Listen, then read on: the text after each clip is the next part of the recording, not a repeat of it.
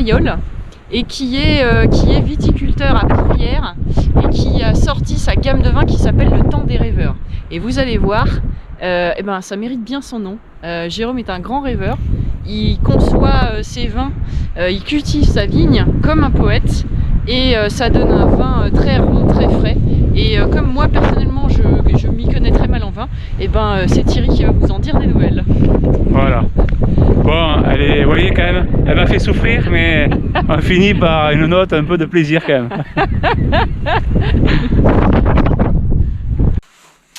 À la suite, on va dire, d'une expérience salariée dans le milieu du vin, en Vallée du Rhône, je travaillais pour un négociant en vin, 12 ans quand même, voilà, m'occuper de domaines viticoles, faire la vigne et le vin pour eux, quoi.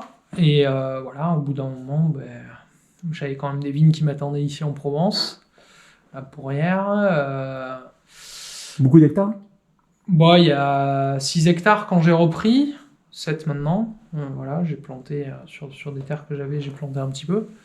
Mais du coup, pour moi, c'est une bonne taille parce que ça permet, avec le travail que j'ai engagé dessus, ça me suffit largement. C'est un travail de fond qui est fait sur le vignoble qui prend pas mal de temps. Ça consiste en quoi du coup ce travail sur le vignoble ? Donc moi j'ai choisi, déjà voilà, comme je disais, j'ai une expérience de 12 ans dans le vin, donc quand je sors de cette expérience, je sais, en gros, dans ces 12 ans, déjà je me suis rapproché de vins qui étaient plus, je pense à mon goût, que j'avais plus dans les tripes, quoi, et donc quand je m'installe, je sais où je veux aller, quoi. C'est-à-dire que je sais que je veux faire des vins, voilà, dans ma tête, voilà, plus vivants, c'est-à-dire sans intrants, sans trop de filtration, sans filtration, avec levure indigène, tout ça, très peu de SO2. Donc ça, je m'engage dans ça, et puis surtout à la vigne, dans une culture bio. Ah oui, dans une culture bio et de la biodynamie. Voilà. Donc ça, c'est les... Voilà. Première étape, ça a été la conversion bio, et après, c'est une étape que j'avais commencé déjà là où je bossais, c'est-à-dire d'engager sur les plantations de vignes, de la sélection massale, greffe anglaise, voilà, d'autres types de greffes, on va dire, qui sont plus finalement plus anciennes, il me semble plus respectueuses du végétal, c'est-à-dire qu'elles autorisent, qu'elles permettent, je pense, une durée de vie plus longue sur les vignes. Donc ça, moi, ça m'intéresse, parce que là, je l'ai vu en reprenant les vieilles vignes de mes grands-parents. On voit que c'est vite des vignes qui ont la capacité de mieux gérer les effets millésimes, de donner du coup des vins peut-être un peu plus fins, avec plus de fond. Du coup, moi, je trouve que c'est tout bénef, et ça, c'est un peu grâce du coup à mes grands-parents qui ont planté ça, mon père aussi. D'avoir bien suivi. Voilà, du coup, moi, je me dis, c'est un peu à mon tour aussi, au moment de la plantation, puisque moi, j'ai fait des plantations, et d'engager un peu des savoir-faire qui, moi, me semblent plus durables pour la vigne, c'est-à-dire lui donner un peu les clés pour durer plus longtemps dans le temps. Donc du greffage en place, c'est ce que faisaient les anciens suite au phylloxéra, voilà. Donc en 2017, j'ai fait une campagne, un financement participatif qui a bien marché et qui m'a permis de planter ça. Et voilà, l'an dernier, cette année, j'ai fait les greffages, donc 4 ans après. Donc c'est quelque chose qui s'inscrit dans le temps. C'est pour ça que le nom du domaine, que j'ai pas dit d'ailleurs, je suis pas très bon en com, mais c'est le Temps des Rêveurs, voilà. Donc là, le fait de faire ce genre de choses, greffage en place et tout, c'est un investissement de temps. C'est un peu, ça peut paraître un peu rêveur dans une société qui veut toujours une certaine rentabilité financière, parce qu'en faisant ça, moi je peux pas avoir de prime à la plantation, je paye 2 fois plus cher mes plants, voilà. Donc moi je suis un peu déconnecté de tout ça, pas complètement, parce que mon but c'est quand même de durer dans le temps, et pas de faire des choses pas forcément très développées, parce que elles autorisent pas une rentabilité immédiate, quoi. Mais après, moi j'essaye de la trouver autrement, c'est-à-dire en faisant des vins que j'essaie de valoriser, quoi, forcément que je vais vendre un peu plus cher. Donc du coup, on n'est pas dans le circuit classique, et avec des vins sûrement avec des goûts différents. Ouais, c'est ça. Tu me dis si je me trompe. Ouais, c'est ça, tout à fait. Des goûts différents, parce que déjà c'est mon goût qui s'est développé ces dernières années, donc j'ai voulu faire un vin qui me ressemble et pas forcément un vin qui colle à un marché. Je comprends pourquoi le mot artiste. Ouais. C'est beau ça. Ouais. Un vin qui me ressemble. Ben ouais, mais Mm. histoire d'avoir une certaine cohérence, hein, parce que je sais, hein, j'ai connu l'autre côté du métier, je l'ai connu, donc ok, très bien, mais voilà, enfin, après on tourne une page et on a envie d'autre chose, des choses plus profondes, qui nous collent plus, et moi j'ai eu envie d'aller dans cette voie-là en faisant voilà, des vins effectivement où on prend plus de risques, hein, parce que quand tu rajoutes pas de produits, ben, tu travailles sans filet en fait, hein, donc tu prends plus de risques, tu es beaucoup plus observateur du coup, parce que t'as pas envie qu'une cuve te file dans les doigts, entre les doigts. Ouais. Voilà, mais du coup c'est bien d'être plus observateur, t'es plus observateur à la vigne, t'es plus observateur en cave, tu goûtes tout le temps, on a un métier dur. Mais du coup, là aussi, tu m'interrompes Ouais. si je me trompe. Ce sont des vins qui sont pas conservables. Non, là tu te trompes, ils Ah, peuvent ben voilà, se conserver très bien. Mais D'accord. ça a été, je pense, ma première surprise. Donc moi, quand je sors de mon expérience, bah, je fais des vins justement avec des remèdes, avec des filets, de la filtration, du sulfitage, voilà, des doses pas forcément énormes, mais des bonnes doses. Donc je me dis, la première fois que je fais un vin quasiment sans soufre, sans filtration, sans machin, je me dis, putain, ça va jamais se garder. Et en fait, grande surprise, hein, le vin il est resté ouvert 4-5 jours, pas de problème. Donc ça a été un peu une claque et ça m'a conforté plutôt dans le chemin à suivre. Voilà. Donc je me suis dit, ok, il faut y aller. Alors bon, je dis pas que ça marche tout le temps. La deuxième année, j'ai refait une cuvée. Ça a été un peu plus compliqué à gérer. Donc l'année d'après, j'ai fait 5 cuvées différentes. Oui. Ben, quand tu prends des risques, finalement, faut accepter que des fois, ce soit plus compliqué à gérer. Donc tu te dis, si j'ai 5 cuves, c'est mieux que si j'ai une cuve. Tu vois, enfin, je schématise pour le même volume. Hein. Parce qu'au moins sur 5 cuves, ben, t'auras, voilà. Après, c'est de la vie. Hein. Donc il y a des levures qui viennent se développer sur des raisins, puis pendant la vinification. Sur une cuve, ça va se passer bien d'une certaine façon. Sur une autre cuve, ça va se passer bien d'une autre façon. Sur une autre cuve, encore une autre façon. Puis sur une autre cuve, ça se passera moins bien. Alors moins bien, ça veut pas dire que ta cuve, elle est finie. Mais des fois, il faut que tu attendes un an de plus pour finir tous les sucres. Voilà, si c'est toujours un peu pas à ton goût, ben, tu vas essayer d'assembler. Donc ça va s'inscrire dans le temps. C'est-à-dire que tu vas avoir besoin de plus de temps peut-être pour commercialiser ce vin-là. Voilà, moi c'est par exemple sur une cuvée, ça m'est arrivé l'an dernier. Sinon dans l'ensemble, ça va, c'est juste un rapport au temps qui est différent. Donc des fois il faut pouvoir garder des vins pour les vendre au bon moment parce que moi je me souviens dans ma formation là, d'un gars qui disait après à un moment donné le vin c'est une phase, quand vous sentez que ça a été bon, qu'à un moment donné il est dans une phase où il est moins expressif ou pas. Voilà, fermé, pas bon à déguster, et ben peut-être que 6 mois après, il va revenir. Enfin voilà, moi ça s'est passé sur une ou deux cuvées, donc bon, faut pas baisser sa garde tout le temps et dire ok, ça va être bien, ça va toujours bien se passer, mais pour moi ça fait partie du métier, quoi. Enfin moi je le conçois comme ça. Alors c'est pas facile, hein, parce qu'il faut avoir de la place pour garder les choses, voilà. Mais du coup, voilà, après c'est sûr que c'est complètement déconnecté d'un modèle où il faut qu'on vende de suite pour avoir de la trésor pour continuer. Voilà. Si on vend de suite quelque chose qui n'est pas au point, voilà.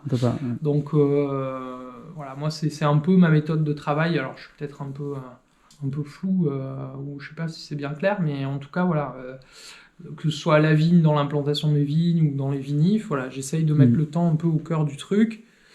Voilà. Après, le temps des rêveurs, c'est aussi un peu militant, parce que quand on m'a dit tu t'installes en Provence et tu vas pas faire de rosé, tu te plantes, la cave, t'arriveras jamais à sortir de la cave COP, machin.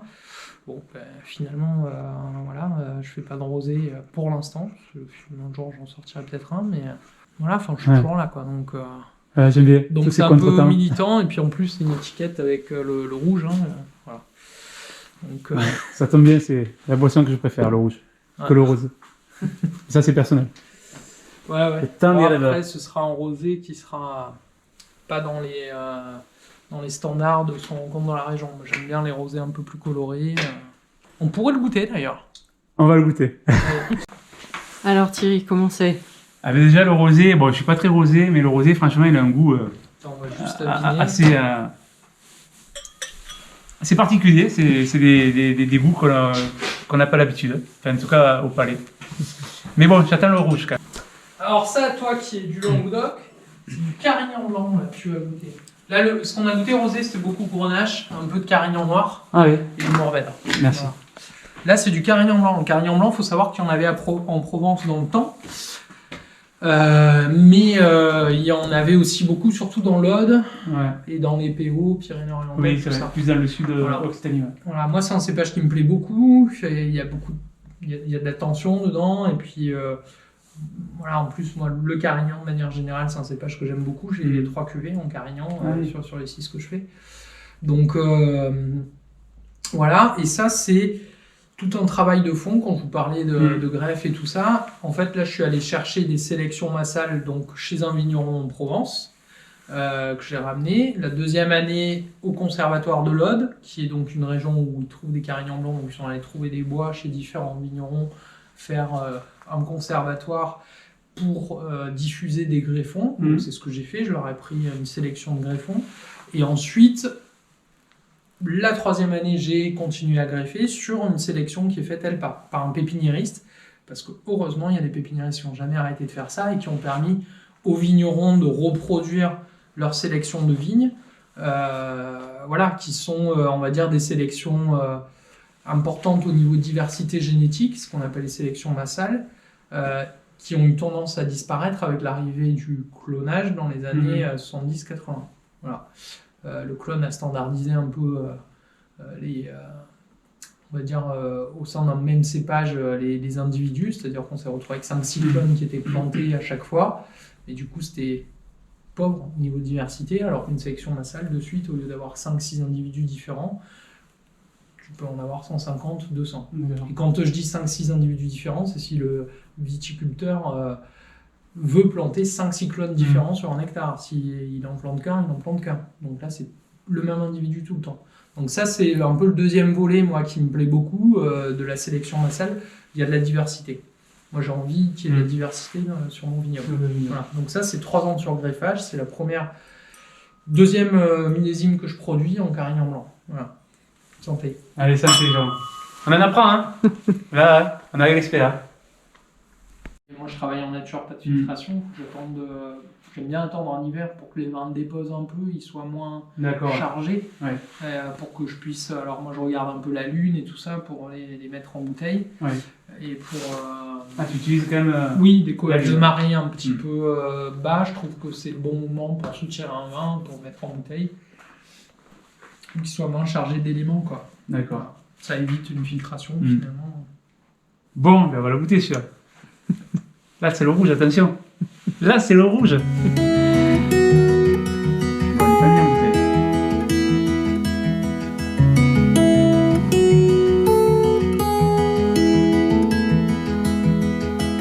Le palais, il n'est pas habitué à ça, ouais. à ce... Et, non, ça, c'est sûr. Quand tu goûtes des vins, voilà, comme mais ça, j'arrive pas à le décrire, il n'y a pas d'artifice dans les intrants et tout, ça change tes repères. Et là, ça, c'est la plaque que j'avais pris quand j'ai fait mes premiers salons nature et tout ça. Pareil, hein, j'ai été très surpris. Après, est-ce que c'est un vin qui te fait du bien ou pas? Est-ce que tu as envie de boire la bouteille ou pas? Ah non, mais c'est un vin qui passe largement. Hein. Ah bah ouais. La durabilité, normalement, c'est... Il passe crème. Non, mais il est super agréable. C'est pour ça que ce qu'on disait tout à l'heure, il est plus atypique, il est vraiment différent. Et non, il est bon. Je pense qu'il peut perdre beaucoup de personnes, tu vois. Parce qu'il a... Il est frais. Oui, c'est ça. Alors, j'ai pas le vocabulaire, tu vois, mais... Il explose en bouche. Ouais, mais en tout cas, il est agréable. Il passe super bien. Mais, pas habitué. Ouais. Et écoute, ça, c'est des vieilles vignes de Carignan, plantées par mon grand-père dans les années 68. Voilà, et du coup, ça c'est ramassé à la main, des petites caisses de 15 kilos qu'on ramasse le matin, on arrive ici à la cave, hop, on pose dans la cave, on va manger, c'est le vendange manuel, c'est bien, c'est qu'il y a un repas avec plein de monde, très convivial, vin, machin, c'est convivial. Et après on revient, foulage au pied, et on en cuve. Foulage au pied. Ouais, foulage au pied, donc là, en général, les enfants, pas que les enfants, les plus grands aussi, ils aiment bien. Et après on encule, donc moi j'aime bien faire des lasagnes, il y a une partie qui est foulée, une partie qui reste en grappe entière, une partie foulée, une partie grappe entière, voilà. Du coup, quand je dis grappe entière, c'est la grappe est intacte, et du coup après la fermentation va se déclencher à l'intérieur de la baie de raisin, et c'est ça qui va amener un fruit assez prononcé, une certaine finesse, un côté aérien. C'est des techniques un peu baujaliennes qui font sur l'intégralité de la cuve, qui est en grappe entière. Voilà, il y a différentes techniques, mais en tout cas, là, on va dire que ça s'en inspire un petit peu. Voilà. Ah, Donc, il y a un petit peu de grappe entière dedans. Moi, j'aime bien quand même fouler un petit peu pour avoir quand même un fil tannique dans mes vins, c'est-à-dire un peu d'extraction de tanins qui va être possible parce que la peau est éclatée. Mais je recherche beaucoup quand même ce fruit, ce côté aérien, fin, plus près du raisin, qui se passe quand on a une fermentation dans la baie de raisin. Parce qu'en fait, la baie, elle va gonfler avec le CO2 qui est dégagé, et comme c'est élastique, on va extraire des choses qu'on n'extrait pas normalement. C'est là où on va chercher du fruit, de l'aromatique un peu primaire, on va dire. Voilà. Là, belle leçon. Belle leçon sur la fabrication du vin. Et donc là, il y a du vin conservé aussi. Ouais, ça c'est 2021. Il y a du blanc, des vieux unis blancs que j'ai qui sont dans l'amphore là, qui ont été pressés et qui ont fermenté dans l'amphore et qui vont être élevés pendant 1 an jusqu'aux vendanges prochaines dans l'amphore. D'accord. Voilà, après je soutirerai, je mettrai en bouteille direct. Donc c'est un vin de A à Z qui a eu l'amphore, quoi. Question bête, parce que moi je connais beaucoup le chêne, le fût du chêne, etc. Donc c'est pareil, ça veut dire qu'il y a une qualité de fermentation, c'est comme ça qu'on dit, La fermentation, elle est forcément différente selon tes contenants, et que ce soit dans le fût de chêne ou l'amphore, il va y avoir une respiration, on va dire, des échanges en tout cas, qui est de la forme gazeux, non, qui est lié plutôt à la matière. Donc ici, ça va être la porosité de la terre cuite. Dans le chêne, ça respire, hein, on voit, voilà. Il se passe pas mal de choses qui modifient quand même un peu les équilibres dans le vin, et moi c'est ça que j'aime bien, c'est qu'il y a un toucher dans le vin après qui est chouette, la texture on va dire qui n'est pas la même. Bon, il y a une petite salinité qui vient aussi de la terre cuite, d'accord, okay. Donc qui va t'étirer un peu les vins. Voilà, moi j'aime bien travailler sur le fait de vinifier en amphore, pas faire que de l'élevage, j'aime bien ce côté-là. Voilà, donc j'ai une cuvée en blanc, une cuvée en rouge. Voilà, ça fait pas beaucoup, hein, ça fait 500 bouteilles. 500 bouteilles. Oui, quand même. Ça va vite. Ça fait beaucoup, non, ça paraît pas que c'est 5 bouteilles. Là sur les rouges, c'est carrément différence de cuvée. De cuvée, ouais, j'ai 4 cuvées en rouge, mais bon, c'est 4 rouges très différents. Tu vois, ça c'est un autre Carignan différent de celui qu'on a vu tout à l'heure, mais qui du coup, je sais pas ce que tu en penses, hein, mais c'est un profil différent de ce qu'on a vu avant. Ouais. Non, ils sont. Ça c'est 2019, c'est un vin qui est bien posé en bouteille, un petit peu sur les fruits noirs, et après un petit peu de ton aussi. Après, mais c'est matiné. Et donc du coup, en termes de degrés, ils font. Là on est un petit 13 quoi, 18.